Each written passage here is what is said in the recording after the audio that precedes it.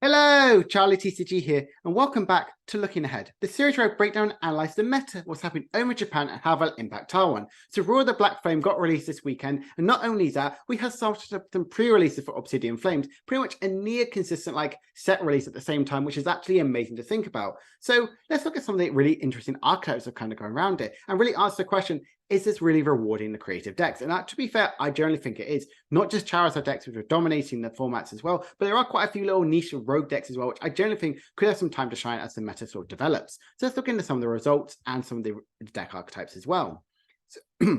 So if we look at some of the top performing decks here, we can always see Charizard was the most played archetype there. It's a deck which everyone wants to be playing. They want to try out the new Charizard EX. Has an amazing ability where you evolve into it. You get to attach 3 basic fire ranges from your deck to any of your Pokemon you like. And obviously attack does 180 plus 30 more for each of the prize card your opponent's taken. Very good in late game. Quite a bit slow at the start, but that's where you have these multiple other really good attackers like Entei, Delphox, and even the Radiant Charizard as well. So you can kind of fuel that sort of attackers in options as well. She and Power, Lost and Giratina, Lost Box and Gardevior, and the other sort of really powerful archetypes. These have always been up there in the top 4. Japan right now, Lugia kind of taking a little bit of a step back. It's focusing more on the colorless build, but that's not as strong. Didn't gain any new cards from this sort of set here. So it's really interesting to see exactly how this format is going to start to develop. We'll go see a lot of Charizard in the next couple of weeks as well, because everyone wants to try it out. They really perfect the list as well. So let's jump into some of these archetypes. So this is a very consistent, straightforward Charizard list, which I absolutely adore and love. Focusing more on a thinner line of the Charizard is really powerful, but only having one in the Charmeleon, because you have 4 copies of Rare Candy. Please bear in mind that are going to be some 151 cards listed around these archetypes. Unfortunately, we don't get these cards till September time. I just thought I'd make you aware about if you see some cards and go, oh, I can't wait to play with that. And unfortunately, that's not going to be with us for quite a while.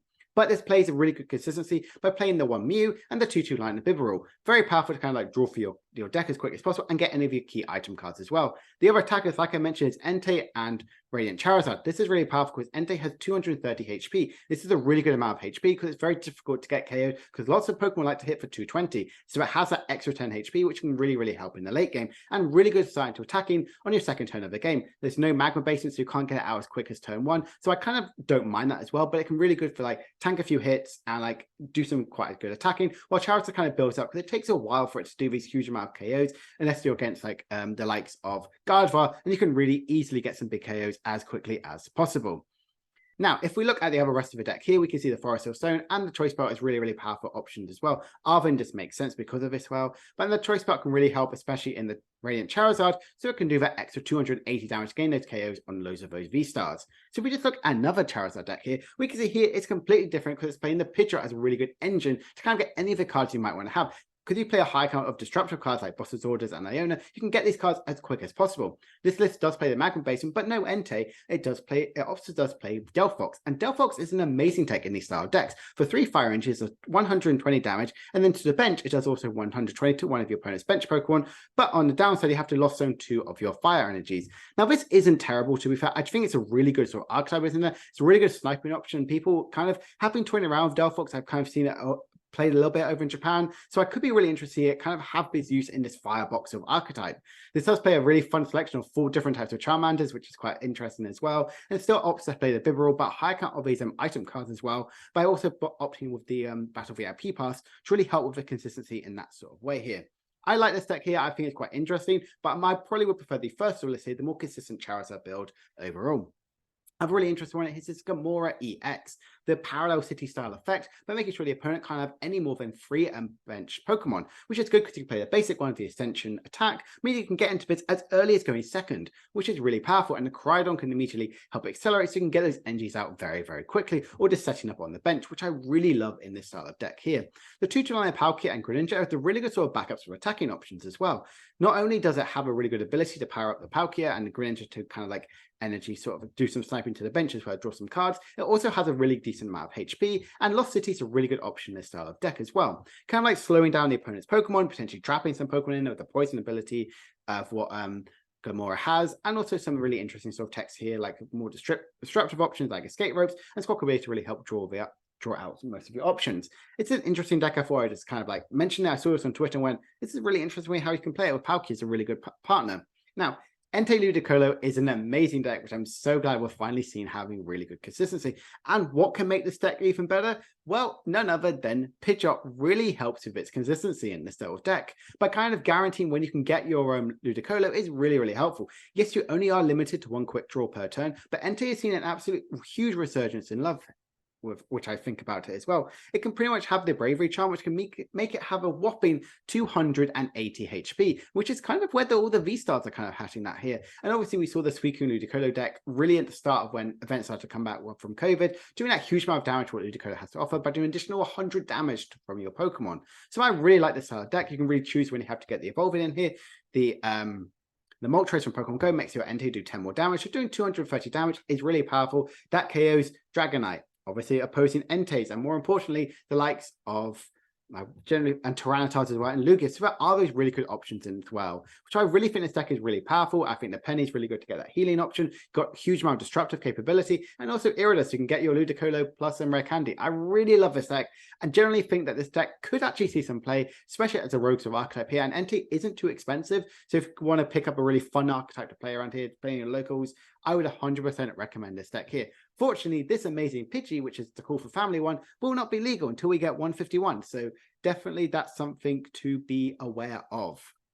Now, out of interest, when his Arceus Birds, everyone kind of like talked about this deck kind of going forward. They're thinking, oh, Arceus can kind of return. They've got the Italian sort of build, but as like a Pidgeot. So you can get any card you might want to have. So getting that Sharon's Care, getting that Boss's Orders, getting that Path to the Peak, or the energy you might need is a pretty sort of powerful option here. And I've seen it work with having Radiant Greninja or Radiant Charizard, which is what this list has as well. Radiant Charizard is a really good sort of secondary attacker in this deck, pretty much doing 250 damage, and does have that choice spot, so you can get that magic 280 damage, which I really like in this style deck. We can have Greninja and play the like of that new support. We get to move some energies over to it, which I do like as another sort of backup option, and it can really surprise the opponent, especially in that sort of real like surprise factor what this deck can have to offer. I do think that Pidgeot can help with the consistency of the Arceus, but I don't know if this is the right way of how to capitalize on it. Yes, you can have the Starburst for race to get 2 cards in the Pidgeot. You get one card every single turn, but you are still weak to Path to Peak, and that's still a very common sort of card. And you also play Path to Peak in your own deck. But Bibarel as well is also really good with that consistency, that draw,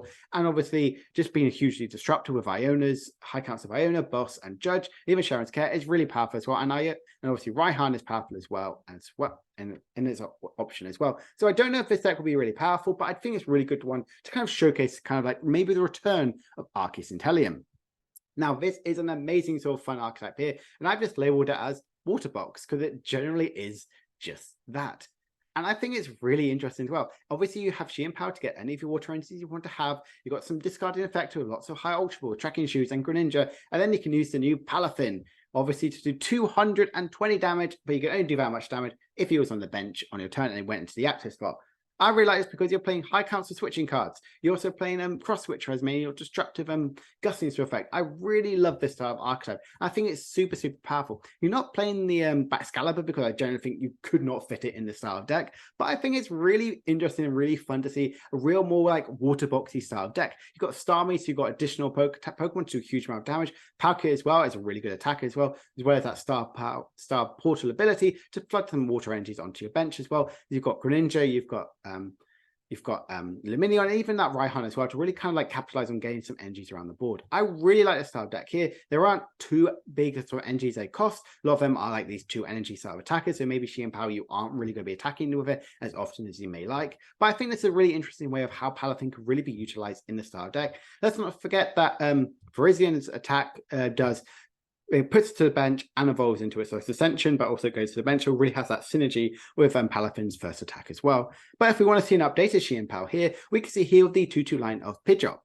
We have been seeing, I've been talking about this with people at my local as well, that this could in fact be the way of how we play Pidgeot in Shein Power. Arceus Bird is really good, but you can only use that once, but Pidgeot is once per turn. So I really like this style deck. You're already playing Rare Candy, you're already playing some Iris, you have easy ways to kind of search out for sort of archetypes as well. And then because of you're not playing Arceus, you can go back to the Palkia, so you can flood more energies in there, potentially be more consistent in that sort of route there.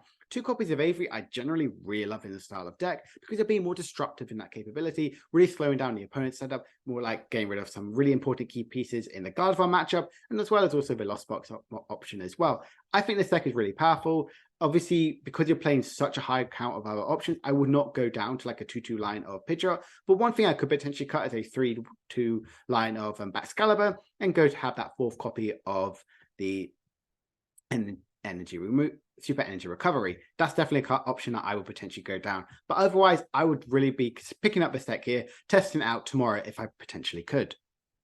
Another one here is Gardevoir. We're looking at this really new, interesting Gardevoir sort of deck here. Now, obviously, we saw the Moonlight Stadium, which I showcased last week, an amazing card, which is really pretty much going to propel Gardevoir even higher up. That was good. We don't know when we're going to get that card, but we'll probably get it in November time. So I'm going to cover it as not as little as possible, but it's going to be something we could be considering about. And pretty much it's the lists I've seen are exactly the same as this, but you take away the HQ and you add in the Moonlight Stadium, and that's pretty much the new Gardevoir here.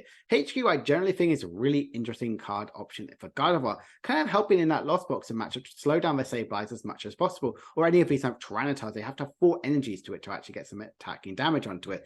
Yes, you've got like, oh, but Cresselia and Zacian will be affected by it, but Zacian doesn't really care because you're always going to have more than 3 energies attached to it. Cresselia might be the one you might be worried about. You have to do attachment and then potentially Psychic Embrace onto it as well. But this deck here does focus more on the Iona, does play the 3 stadiums, 1 worker and 1 power pass. So you've got 5 outs to Path to Peak, which I really like about this. So no matter when an opponent may play a Path to Peak, you can immediately get out of them. So I really like that style of archetype in here, and even plays the 3 copies of Nest Ball as well. So definitely something which is really interesting and unique to Gardevoir. We're not used to seeing Nest Balls in Gardevoir lists and no Battle VIP pass. So that's definitely potentially good in the late game. So if you go second, you can still get all your Rolks out and play. It's like, unless you're just focusing more on the Battle VIP pass, it's really more common for Gardevoir to kind of go around. Would this be the best way to play Gardevoir? Will it constantly be evolving? I'm not too sure, but I think that HQ is a really good inclusion into Gardevoir.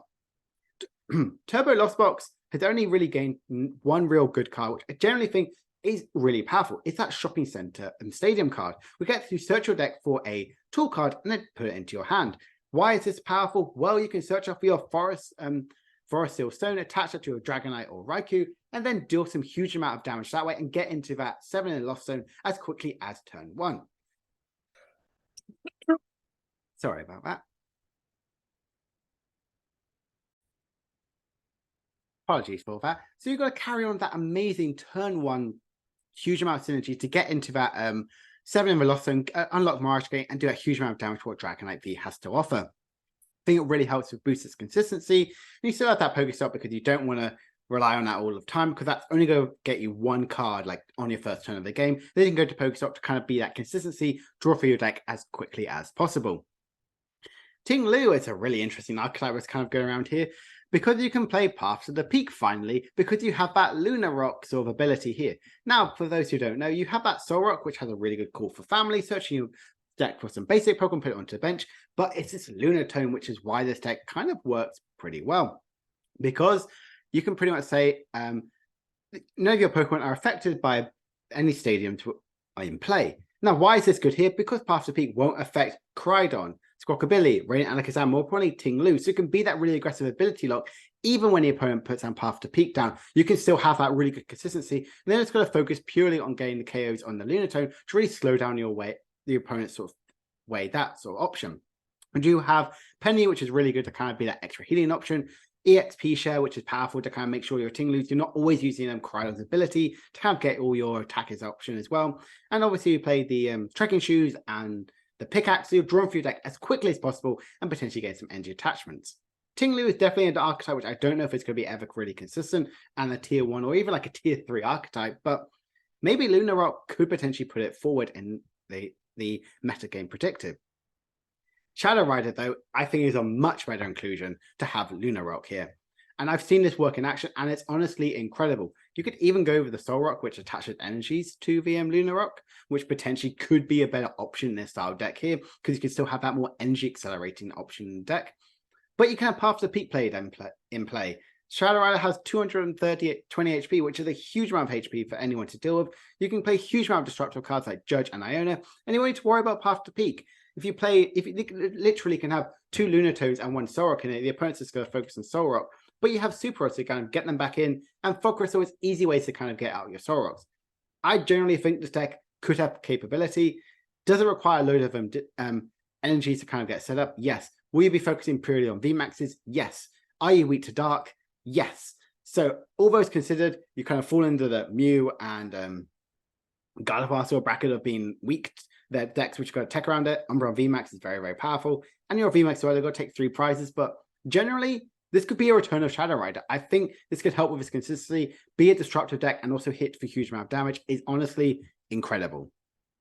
Another sort of decks where we'll get to the end here, we'll go look at Miraidon EX. Miraidon EX is definitely an archetype which has kind of had a bit of a fall from grace, but it's still doing very well in some tournaments, still getting some top 8s, still getting top 16s, but over in like for us sort of formats, it's not doing too well. But maybe this Thunderous could potentially be really powerful. Now, we are going to have Manaphy in here because there's a lot of damage sort of benching to the sniping, but this Thunderous is a really unique ability. If it's in the active spot, the opponent's Pokemon can't damage the bench, which isn't too bad, and it's got attacks with 140 damage for 2 energies and does 90 damage to itself.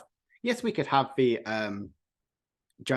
like the Bravery Charm attached to it to go for 260 HP, so you're doing that 90 damage to itself. You're kind of like helping the matchup is there. You're kind of buffing up by extra 50 HP. I wouldn't really think of it on that sort of way here, but it's a really good attacker in a single price. It gets a guaranteed KO on a Lugia V-Star, and the opponent can't damage any of the bench Pokemon. I think it's pretty interesting, pretty powerful. Do I think it's going to be a staple in Miraidon? Potentially, while the opponents are starting like really understand about the meta. People are more focusing on Zapdos and EX and Zeraora because they're really good sort of other attackers into evolving decks and do bench sniping as well. But this could be a really unique tech option for Miraidon. And kind of like finishing off, kind of going to the end, I saw this really unique Vespiquen style deck here, and it kind of goes to everyone's thinking. Gardenia's Vigor is pretty much how Vespiquen is kind of going to work as well. We're playing quite a few Haluchas who do some more bench sniping. We have Leafeon, which can do some energy acceleration, as well as the Leafeon V-Star has a boss's orders as its ability. And Vespiquen does 200 damage and then more damage to any benched Pokemon with has damage counters on them. Do I think this deck has any viability whatsoever? No, but I think it's unique that people are trying to try out Vespiquen. It seems really unique, really powerful. Having Leafeon is a really unique option as well. And Gardenia is definitely where people are kind of like going with for energy acceleration onto your Pokemon. People also feel like Charizard like load up a Comfey and then evolve into Vespiquen. It has the ability, again, it falls in the Pokemon that's weak to darkness, but also I generally think it may not be a strong 200 damage with Psychic. Yes, you can go to Urshifu, but that's really about it. But I think it's a really unique one to kind of like come to the close of looking at the powerful archetypes. But looking at one other fun one is this Kingambit one here. I love this deck here. I think it's powerful because you can use the Bishop, which does a 30 more damage for each of the Pawniards, which are benched damaged on your bench because we're playing Gapejaw Bog. But then we play this Kingambit here, which says if the opponent has 4 or more damage counters on it, it is immediately knocked out. Gapejaw Bog plus Radiant Alakazam equals very easy to kind of get that KO, not maps lined up. You could potentially also play the Knockout Punch, which is a really unique tool card, which pretty much puts 4 extra 4 damage counters straight onto the opponent's active Pokemon, so you can kind of get back into the Kingambit. Now, there aren't too many ways to easily get back this Kingambit. There aren't no Claras. There's only Super Rod to kind of like get them back in, but it's mainly focusing on the Bishops to do damage that way and then evolve it into the Kingambit near the end. Do I think this deck has any viability? Potentially as a rogue sort of archetype, but honestly, I'm not too sure if this deck will be really good consistency. We're not trying to like replicate the amazingness of what the Gyarados had back in the Ancient Traits sort of format. I don't think this deck can really replicate that, but it's really unique and interesting one to think about. And for looking at Kyurem, I know we're looking at loads of different archetypes as well, but it's hopefully going to be really helpful to you to know all these new fun creative archetypes here. We could see a return of Kyurem. Baxcalibur obviously really helps. Superior End Retrieval gets the energies back. And what's this? A 2/2 line of Pidgeot. Guaranteed to get any card you might potentially need. It's really powerful because you can even set that up through Arceus and V-Star to kind of get any of the pieces you might need to have. Irida is really good because you can get any of the cards you need as well. And obviously Path to Peak is good because you want to kind of be a bit destructive as well. And you might not even need to focus on Kyurem's first attack ability. You can just focus on its attack and use Baxcalibur to kind of flood the board with your energies you might require. Honestly, I think this deck is quite interesting, quite unique. And having the Lake Acuity kind of like boosted up to potentially having 360 HP, which some Pokemon can't really reach that easily. So I generally think this deck could potentially have a return of Kyurem VMAX. I'm really excited about it because I absolutely adore Kyurem V Max. I've played quite a lot of it with Kyurem Palkia, so potentially we could see the return of Kyurem, so that's really, really exciting. And last but not least, we're going to look at Tyranitar. And this is when I'm going like this. There are quite a lot of 151 cards in here with the Dodrio, which I absolutely love as a support option where you can draw a card, but you put some damage counters on it. And this really fuels Tyranitar EX's last attack, which has 150 plus 100 more if any of your bench program have any damage counters on here. And obviously the damage pump is really powerful because you can move any damage counters on, even move them onto Dodrio to do 10 plus 30 more for each damage counter on Dodrio, so a huge amount of damage that sort of ways around it. I think it's an interesting deck. I generally think Tyranitar is very, very weak to where we've kind of like used to knowing Tyranitar. So, but I think it's definitely a good rogue archetype, which potentially could do well, but needs a lot of setup. And unfortunately, with it not using Dark Energy attacking, you can't utilize any of the other Tyranitars that have come before it. So if we just look ahead, Charizard potentially might have a place in the meta. With its amazing ability and huge amount of damage capability what Burning Darkness has to offer, it could potentially be one of those tier 2 archetypes, which people kind of a bit feared about with Charizard EX, but being a very expensive card to potentially buy. But judging from over pre-release, seems like everyone pulled a Charizard EX. And the only limit I do see about Charizard EX is that the Burning Darkness won't be doing a huge amount of damage until near later the end of the game, or unless you're against those Gardevior archetypes. But that kind of goes to the whole thing, will creativity continue? Will we see more creative decks like the Ting-Lu, like the Arceus Kyurem deck? Or will we see more of the straightforward as Charizard, Chi-Pao, Gardevoir, potentially some Miraidon decks and Lucas, which have really been dominating the meta for so long, but only having a couple new cards from them. And I generally think the set is a lot better than we first thought. I think it has really good unique ideas. I think we need to see exactly how the format's going to shape up. Give it a couple of weeks, maybe after Worlds, and people really dive into the format, especially over in Japan and for us as well. I think we're going to see a really interesting format where both sets of people around the world are going to be learning the format together as it kind of grows and develops. So I hope you've enjoyed this video, and it's been really helpful to kind of like showcase you all the really powerful archetypes and the creative ones from Obsidian Flames or Ruler of the Black Flame. If you enjoyed the video, please make sure to like and subscribe. Comment down below, what deck are you really excited to try? For me, I generally am excited to try Chi-Pao with Pidgeot. I'm probably going to build that straight away after this and try and test it out, see how consistent it truly is. I'll be back in a couple of days' time for another video, and I'll see you guys later. Bye for now.